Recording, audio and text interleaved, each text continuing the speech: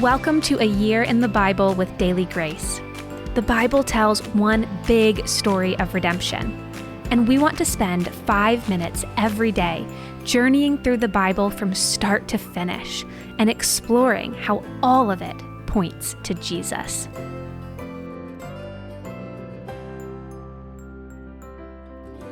What's up, everybody? Welcome back to another episode of A Year in the Bible with the Daily Grace Company. My name is Kyra, and I'm a writer on staff. I hope everyone is enjoying their day so far. I just wanted to quickly let you know of the story of redemption studies available to accompany this podcast and the reading plan in the Daily Grace Co. app. They're great resources, so go ahead and check those out if you're interested. Now we are getting into chapters 7 through 9. This time, Daniel had a vision of his own. He detailed 4 beasts that emerged from a torrent sea. Darkness was in the atmosphere. The 4th beast was more frightening and dreadful than any of the others. It had large iron teeth, 10 horns, and one of the horns that emerged from the beast had eyes and a mouth that spoke arrogantly. This was a wild scene. Daniel was deeply disturbed by the sight of these beasts, and if I were Daniel, I would be too. Daniel then saw the Ancient of Days, like a powerful light breaking through darkness. The Ancient of Days was a title for God, and Daniel saw a picture into his holy court. The Ancient of Days was seated on a throne of flaming fire, reigning as King of the universe. His hair was as white as wool.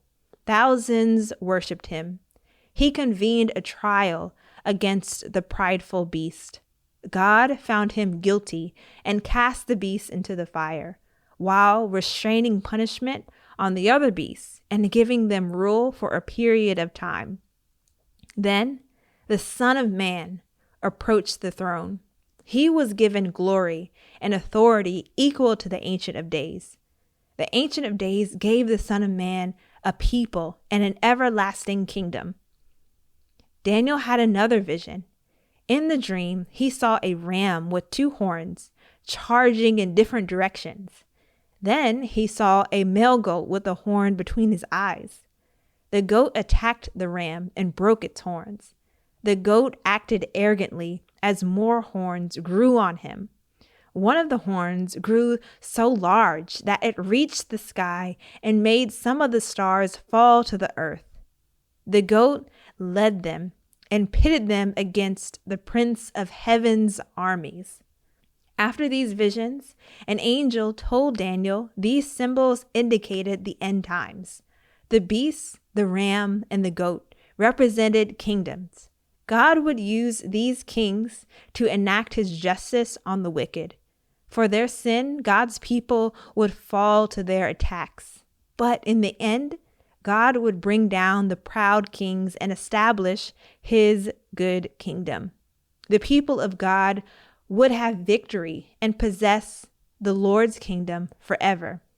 These chapters fit into the apocalyptic literature genre, which gives visions and symbols of the events leading up to the Lord's coming. There are different interpretations about what these symbols indicate, but overall, these chapters tell us about the Lord's sovereignty over human kingdoms.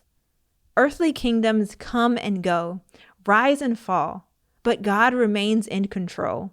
He stays on his throne and will judge all wicked and prideful kings. These chapters also give us hope in the Son of Man. He was predicted to be the anointed king sent from heaven, a man who was worthy to sit next to God on the throne. The Son of Man came in the person of Jesus Christ. He is the good and just king who rules with righteousness. In his life, death, and resurrection, Jesus defeated the kingdom of darkness and established his eternal throne. Though oppressive governments continue to rise, we can trust that none do so without the Lord allowing it, and he uses it for his good and perfect will. And we can have hope because Jesus will return to bring down the proud and lift up us who are humble in him. Thank you for joining us today. Be sure to follow along on Instagram at Daily Grace Podcast and at The Daily Grace Co. Also, check out our website, thedailygraceco.com and dailygracepodcast.com for additional resources. We look forward to talking with you tomorrow.